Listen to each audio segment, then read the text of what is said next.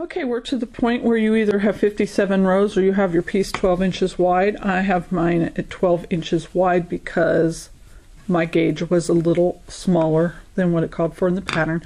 So I need to make it a few more rows to make up for the difference in the gauge. The next step is we're going to do the seam. So we were not supposed to clip our yarn yet, so we're going to leave that on there, and what we're going to do to make the seam is slip stitch across the rows. So you fold your piece in half and you line up your loops on the first row and your last row at the same time, working in the back loop. I put the one we just finished on top, and then fold it up and have the first row on the side towards you.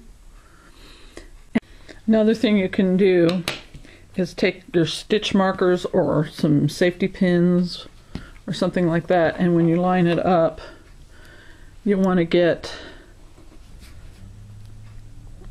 everything lined up together so that you get it all even here. So I put one in that last stitch and then just kind of line it up. If you have the right number of stitches, it should come out right, but I still like to pin the two layers together just to get it even. All right, now I'm going to get my loop back up here, and I'm going to chain one, just like we did, and we're going to go across both layers, but we're going to go in back loop only. Now this first one was the slip stitch, so this is the loop I really need to get, and to keep it secure I'm going to go underneath the thread under it too. So let me zoom in a little bit so you can see what I'm doing.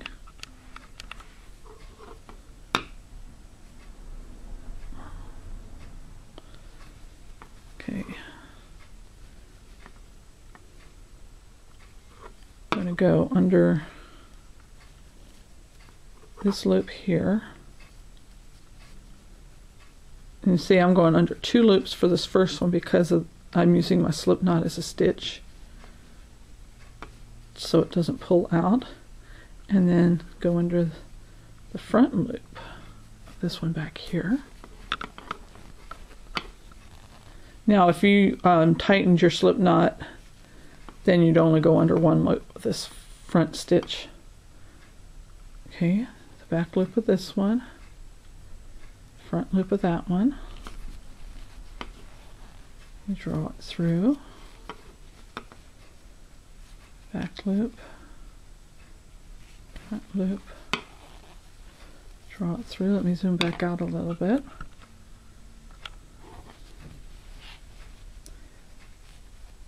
Back loop,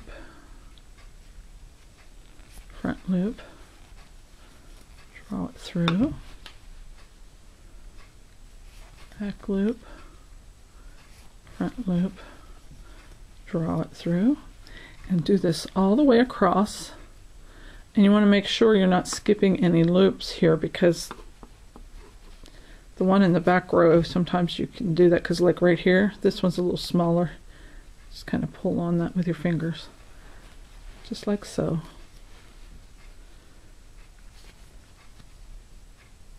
And I'm gonna pause the video. When I get to the other end, I'll resume it. So you pause the video here and slip stitch all the way down to the stitch marker at the end of the chain loop, and I will meet you there. Okay, I'm at the other end, and I went through the front loop of the front one, or the back loop of the front piece, and the front loop of the marked stitch on the back part of it, and we're going to do another slip stitch, and then we're going to chain one to finish it off. Pull up your loop, and I do 3 to 4 inches, and cut the loop, pull the end out, secure that up tight, You can remove all your stitch markers now. Or pin the layers together. Okay. And then what we need to do is draw in the tails. So you'll have a slight ridge, but once it stretches, that ridge will disappear. See, watch. So you can take your yarn needle, fold it over the end of the tail over the needle of the eye of the needle. How is that? Eye of the needle, yeah. And then you poke the folded end through. And that's how you thread these needles. And I'm going to zoom in a little closer so you can see what I'm doing. Alright, so now what you want to do is hide your tail and secure it at the same time. So I am going to just weave it back through stitches I just made. And your stitches have a natural twist to them. Let's see. And you do it the way that it works best for you.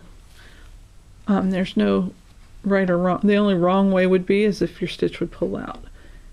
And I like to go the same direction as the stitches. And I'll come through on this side.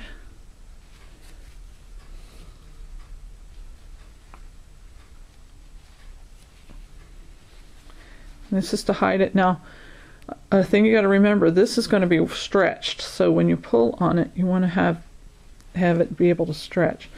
But you also don't want your end to pull out. So you want to go back down the other direction that you just came from with your needle to secure it.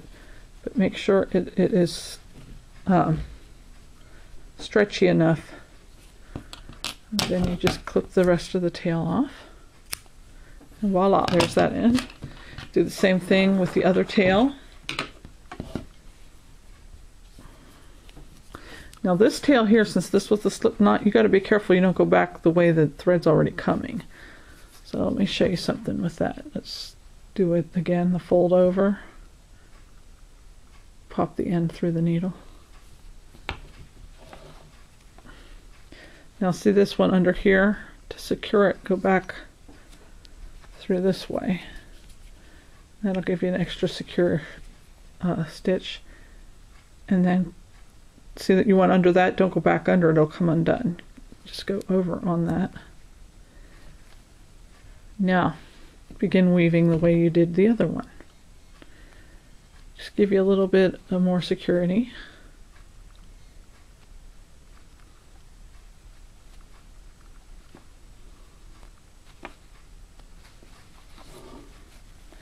I go about an inch or two, well, I guess it's more like 2 inches one direction, and then come under the stitches. And this is the part, before I go back the other way, I tug on it so that the stretch will be the same, and then go back through a couple stitches the other direction.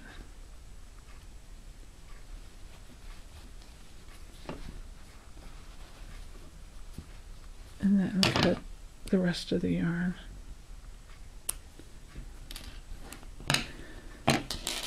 Okay, zoom back out.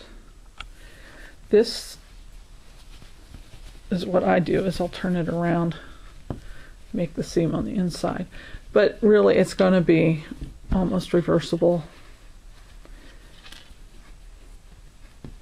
And this will be here's the end. We're going to put the drawstring in. And so if you want to try it on now, you can, but it should fit around your head just fine. Before you do the seam, you could try to measure and try to pin it closed and then try it on. But this should be just fine if you made it 12 inches, because the stretch will make it fit all the way around your head. All right, now the next step. I'm going to stop this video here and we'll go to the next step.